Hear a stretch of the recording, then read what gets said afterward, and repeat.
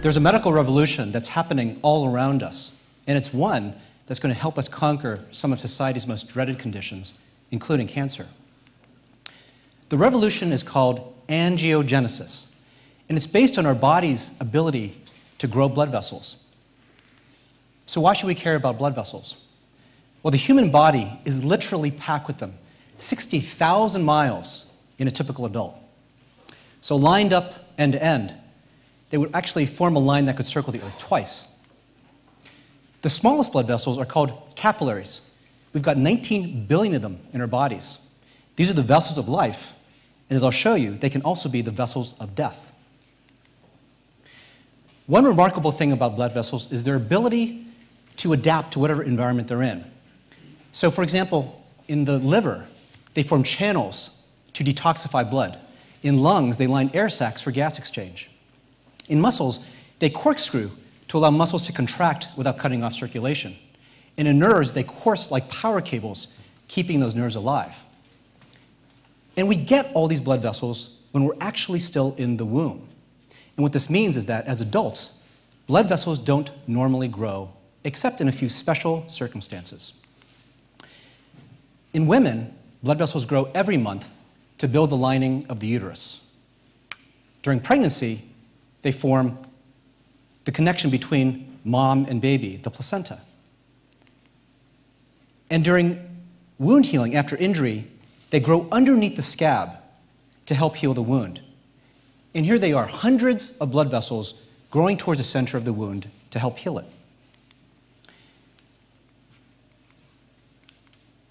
Now, the body has the ability to balance and to regulate the amount of blood vessels present at any given time.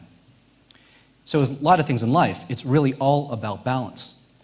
And it does this through an elaborate and elegant system of checks and balances, inhibitors and stimulators, such that when we need to grow a burst brief of blood vessels, the body does this by releasing stimulators, proteins called angiogenic factors. These are natural fertilizers that help to stimulate new blood vessels to sprout. And when those excess vessels are no longer needed, the body can prune them back using natural inhibitors. Now, there are other situations in which we start out beneath the baseline and we need to grow new vessels to get to normal. For example, after injury. And the body can do that too, but only to that normal set point, to that baseline. Now, what we do know is that there are a number of diseases in which there are defects in the system. The body's unable to prune back extra vessels or unable to grow enough new ones in the right time at the right place. And in all these situations, angiogenesis is out of balance. And when angiogenesis is out of balance, a multitude of diseases results. For example, insufficient blood vessels, not enough, leads to wounds that don't heal, heart disease, limbs without circulation, death from stroke, nerve damage. On the other hand, excessive angiogenesis, too many blood vessels, drives diseases. And we see that in cancer, blindness, arthritis, obesity, Alzheimer's. In total, more than 70 major diseases affecting 1 billion people worldwide. All look on the surface to be different from one another, but all share abnormal angiogenesis as their common denominator. And this realization is leading us to reconceptualize how we approach the treatment of these diseases by controlling angiogenesis. I'm going to focus on cancer because angiogenesis is the hallmark of cancer, every type of cancer. So here we go. This is a tumor, dark, gray, ominous, growing in a brain. And under the microscope, you can see hundreds of brown staining blood vessels feeding the cancer cells, bringing oxygen and nutrients. But cancers don't start out this way. Cancers start out without their own blood supply as small nests of cells that grow, but only to the size of 1/2 of a cubic millimeter. That's the tip of a ballpoint pen. Then they can't grow any further because without a blood supply, they don't have enough oxygen or nutrients. In fact, we're probably forming microscopic cancers all the time. Autopsy studies of people who've died in car accidents have shown that about 40% of women between the ages of 40 and 50 already have microscopic cancers in their breast. About 50% of men in their 50s and 60s have microscopic prostate cancer. And virtually 100% of us, by the time we reach our 70s, will have microscopic cancers growing in our thyroid. Yet without a blood supply, most of these cancers won't become dangerous. Dr. Judah Folkman, who was my mentor and also pioneer of the angiogenesis field, once called this cancer without disease. So the body's ability to control and balance angiogenesis when it's working properly prevents blood vessels from feeding cancer. And it turns out that this is one of our most important defense mechanisms against cancer. In fact, if you block angiogenesis and keep blood vessels from ever getting to cancer cells, tumors simply can't grow up. But once angiogenesis occurs, those tumors can grow and expand exponentially. So here's how you go from being a harmless to a deadly cancer. Cancer cells mutate, they gain the ability to release angiogenic factors, and that tips the balance to allow blood vessels to invade the cancer. Then the cancers can expand and grow, invade local tissues, and in fact, those same vessels that are feeding cancers now allows for the cancer cells to exit into the circulation and spread as metastases. Unfortunately, this late stage is the one at which most cancers are diagnosed, after angiogenesis is already turned on and cancer cells are growing like wild. Now, if angiogenesis is the tipping point between a harmless and a harmful cancer, then one major part of the angiogenesis revolution is a new approach to treating cancers by cutting off their blood supply. We call this anti-angiogenic therapy, and it's completely different from chemotherapy because it selectively aims at the vessels that feed cancers. We can do this because tumor blood vessels are very different from the blood vessels in other parts of the body. They're abnormal, they're very poorly constructed, and because of that, they're vulnerable to therapies that target them. In effect, when we give a patient anti-angiogenic therapy, like this experimental drug for a glioma in the brain, you can see dramatic effects when the cancer is being starved. This is a woman with breast cancer who's given the drug Avastin, an anti-angiogenic drug. And you can see that halo of blood flow disappears after treatment. So I've just shown you two different cancer types, both of which responded to anti-angiogenic therapy. And a few years ago, we said, could we take this one step further and treat other species, treat other cancers? This is a 9-year-old boxer named Milo. He's got an aggressive cancer growing in his shoulder called a malignant neurofibroma.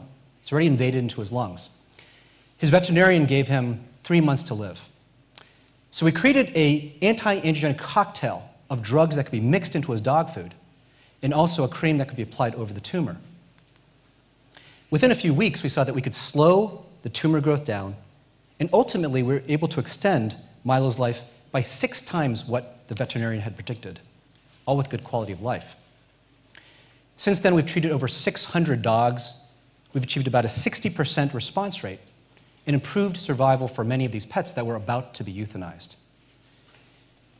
Let me show you a few other interesting cases. This is a dolphin in Florida who developed lesions in her mouth that became invasive squamous cell cancers. So we created an anti-angiogenic paste and had it painted on these sites 3 times a week. And over the course of 7 months, the lesions disappeared and the biopsies came back normal. Here is a tumor growing on the lip of a quarter horse named Guinness. It's a very, very deadly type of cancer called an angiosarcoma. So we used our anti-angiogenic skin cream, applied it to the lips, and also added an oral cocktail. And 6 months later, he had a complete remission. So here he is 6 years later, Guinness with his happy owner. So I asked, could we take the same approach and treat human patients? like this invasive squamous cell cancer growing on the forearm of a woman from Florida. And with topical anti-angiogenic therapy alone, the cancer, starved of its blood supply, melted away after 12 weeks. 94% of patients in our study achieved the same results without any surgery whatsoever. And we've treated hundreds of patients since then who've been unable to tolerate conventional surgery. So clearly, anti-angiogenesis therapies can work in a wide variety of cancers. And in fact, the first pioneering treatments are already becoming available. 13 different drugs, 14 different cancer types. But the question is, how well do these work in practice? This is patient survival data from 8 different cancer types. And the bars represent survival times in the era when only chemotherapy or radiation or surgery were available. But since 2004, when anti-angiogenic therapy became available, there's been a 70 to 100% improvement in survival for kidney cancer, multiple myeloma, colorectal, and gastrointestinal stromal cancers. That's impressive. But for some other cancer types, the improvements have only been modest. So I asked myself, why haven't we been able to do better? And the answer to me is simple. We're treating cancer too late in the game, after they've already become established and oftentimes have already spread and metastasized. And as a doctor, I know that once a disease progresses to an advanced stage, achieving a cure can be difficult, if not impossible. So we went back to the biology of angiogenesis, and we started thinking, could the answer to cancer be preventing angiogenesis, beating cancer at its own game, so that cancers could never become dangerous?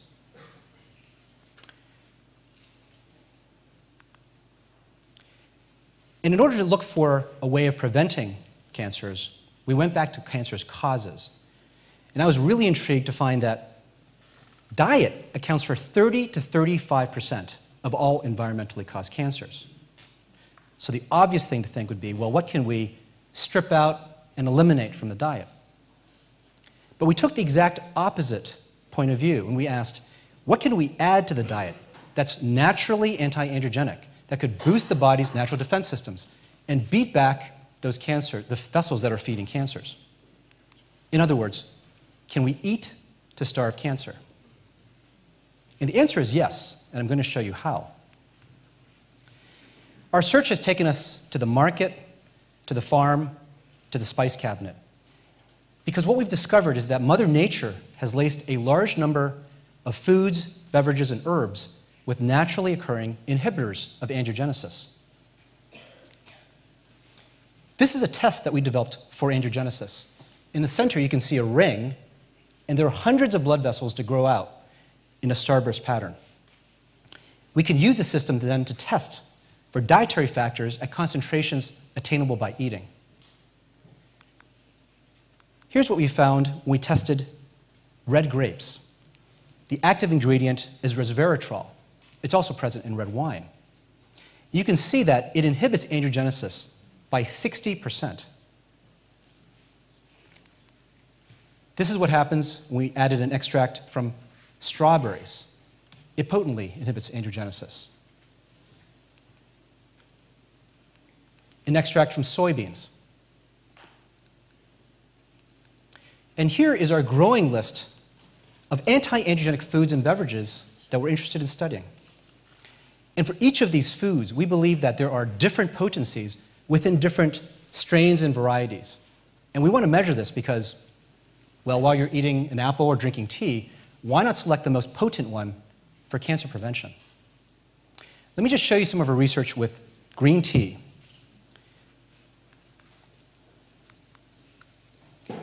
Here are 4 of the teas we tested. They're all common ones: Chinese jasmine, Japanese sencha, Earl Grey, and a special blend we prepared. You'll see that they all vary in their potency, from less potent at the bottom, more potent at top. Now, what's really cool is that when we combined the 2 less potent teas, the combination, the blend, was actually more potent than either one alone. This means that there's food synergy. Here's some more data from our testing. In the lab, we can simulate tumor angiogenesis as represented by this black bar. Using the system, we can then test the potency of cancer drugs. So the shorter the bar, the less angiogenesis. That's good. Here are some drugs, common ones, that have been associated with reducing the risk of cancer in people. Statins, non-steroidal anti-inflammatory drugs, and a few others. They also inhibit angiogenesis. And here are dietary factors, going head-to-head against those drugs. You can see that they clearly hold their own. And in fact, some of them are even more potent than the drugs. So parsley, soy, garlic, grapes, berries. You can eat well with these ingredients. So imagine if we could create the world's first rating system in which we could score foods for their anti-angiogenic, cancer-preventative properties. And that's exactly what we're doing right now. Now, I've just shown you a whole bunch of lab data. But the real question is, what is the evidence in people that eating certain foods can reduce angiogenesis and cancer? Well, the best example I know of is from this study of 79,000 men, followed over 20 years, in which it was found that men who consumed 2 to 3 servings of cooked tomatoes per week had up to a 50% reduction in the risk of developing prostate cancer. We know that tomatoes are a great source of lycopene, and lycopene is anti-angiogenic. In fact, in the men who did develop prostate cancer, those who ate more tomato sauce actually had fewer vessels feeding their cancers. So this human study is a prime example of how anti-angiogenic substances present in food and taken at practical levels can impact on cancer. These are the most common cancers worldwide. In blue, the number of new cases. In red, deaths from those cancers every single year. And for each of these cancer types, we're generating the evidence for the specific foods that can reduce their cancer risk, along with the data of how much you need to eat. So tomatoes is up there, as are beets, cauliflower, sweet potatoes, sardines, cloudy apple juice, even Gouda cheese. And we realize that we're sitting on a lot of data that could benefit from people. So we've compiled this into a system and developed a program called the Eat to Defeat Cancer Initiative. It's available at eattodefeat.org. And through the system, we're gathering insights into how to optimize the cancer preventative activity of foods as part of everyday meals. For example, what do you think the best way is of eating a tomato? Fresh and raw or cooked?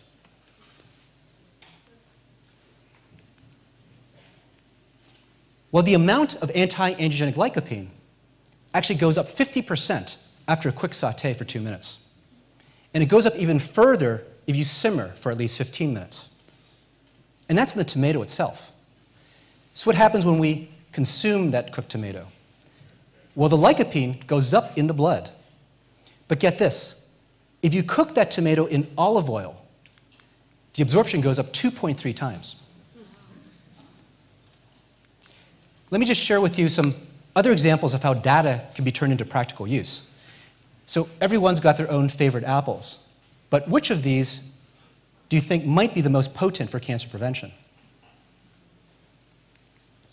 Well, we're finding that different varieties have different amounts of flavonols, and flavonols are anti-angiogenic. Cruciferous vegetables like broccoli, cauliflower, Brussels sprouts contain anti-angiogenic cancer preventative molecules called glucosinolates and isothiocyanates.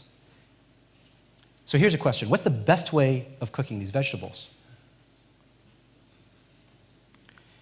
Well, it turns out that stir-frying or steaming preserves those molecules, but boiling can degrade them up to 77%. So one last example. How long do you steep your tea for? Where do you fall on this curve? Well, catechins, sometimes known as EGCG, are anti-angiogenic cancer preventative molecules in people. And it turns out that the longer you steep your tea, the more catechins get extracted into the beverage that you're drinking. And in fact, if you dunk your tea bag, the extraction is better at every single time point. Because that dunking action increases the surface area of tea leaves exposed to the hot water. Now, what I've just shown you has far-reaching implications, far beyond cancer research, because if we're right, it could impact on consumer education, food services, public health, even the insurance industry.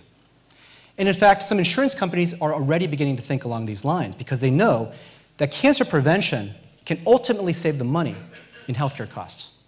Check out this ad from one of the largest insurance carriers in the United States. And for most people in the world, dietary cancer prevention may be the only practical solution because not everybody can afford expensive end-stage cancer treatments, but everybody could benefit from a healthy diet of local, sustainable, anti-angiogenic crops. Now, the good news is that while cancer specialists aren't yet touting the benefits of food, actually, most of them do believe it. This is from our survey of oncologists in the United States. And from our research of healthy individuals, our data based on evidence is the type of information that they're looking for. And they say that they're willing and open to change their eating habits. In fact, the Eat to Defeat Cancer approach of adding rather than eliminating foods resonates with their preferences. So with 5,000 people and growing in our Eat to Defeat community worldwide, I recently calculated that through social networking and word of mouth, that they've spread the word to over 73,000 people. And through multimedia channels, almost 13 million people have now been exposed to this information. Truly, that's the power of thinking digital. Now, I've been speaking to you about cancer, but I've also been speaking to you about food. So there's just one more disease that I have to show you, and that's obesity. It turns out that adipose tissue, or fat, is highly angiogenesis dependent. Like a tumor, fat grows when blood vessels grow. So the question is, can we shrink fat by cutting off its blood supply? This top curve is the weight of a genetically obese mouse. It keeps eating on and on until it gets big, fat, and furry like a tennis ball. Now, the bottom curve is the weight of a normal mouse. If you give the obese mouse an anti-angiogenic therapy, it loses its weight. When you stop the therapy, it gains its weight back. Give the therapy again, and the weight goes down. And you can cycle its weight up and down just by giving an angiogenesis inhibitor. So our approach to cancer prevention may also find application to obesity. Now, what's truly interesting is that you can't make that obese mouse lose more weight than what the weight of a normal mouse should be. In other words, we can't make supermodel mice. And this speaks to the role of angiogenesis in regulating healthy tissues. Albers and Jorgi said that discovery consists of seeing what everyone has seen and thinking what no one has thought. I hope I've convinced you that when it comes to cancer, obesity, and other conditions, that there may be great power in attacking their common denominator, angiogenesis. Thank you very much.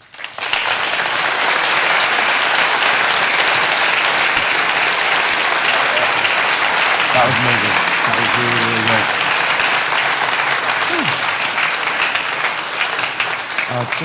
Just one question before you go. First off, thanks for such a powerful presentation. I mean, talk about news you can use.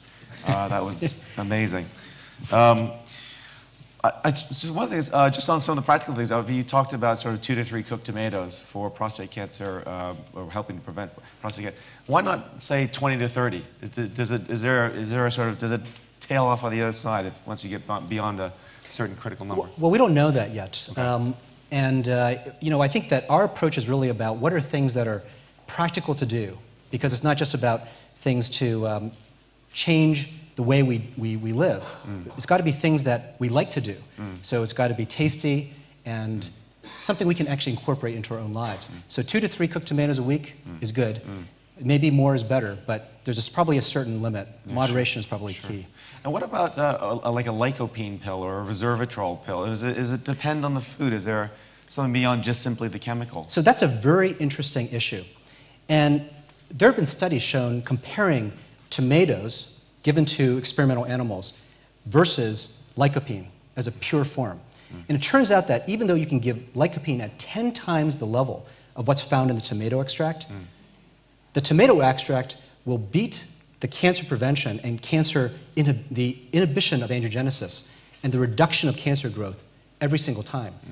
So there's probably a number of things in foods, including tomatoes, more than lycopene, that are helping to, as I've shown, the food synergy. There are probably many things that are helping to benefit as we eat foods. And so part of our approach is really about food as a whole entity rather than individual chemical supplements. And we also saw there were interactions, like clearly things like olive oil seem to act as a sort of delivery agent or some substrate to bring that stuff into the body more quickly than otherwise as well. So where is your research going next? Because obviously, you know, it seems like there's still a number of questions and challenges, no doubt. So I'm wondering, where are you guys headed? Well, our feeling is that it's all about data and evidence. And what we like to do is put a number on every type of food, every strain, every variety, and figure out exactly when you process and you cook, you freeze, you extract, what happens to that number? That number is almost a comparative effectiveness, if you will, between different foods. And you can imagine that at some point this is something that consumers can have access to. So we would like to work with governments and industry to have that as a label on foods, to give people the sense about what should I select in the grocery store. You can also imagine that that might allow us to combine foods in unique ways, product foods in different ways. And one of the things we're doing now is we're working with chefs to find a way of developing tasty and healthy recipes that utilize the most optimum anti-angiogenic ingredients. On obesity, would anti-angiogenic therapy help defeat that regardless of what you ate? So if you only ate cotton candy, or candy floss as they call it here,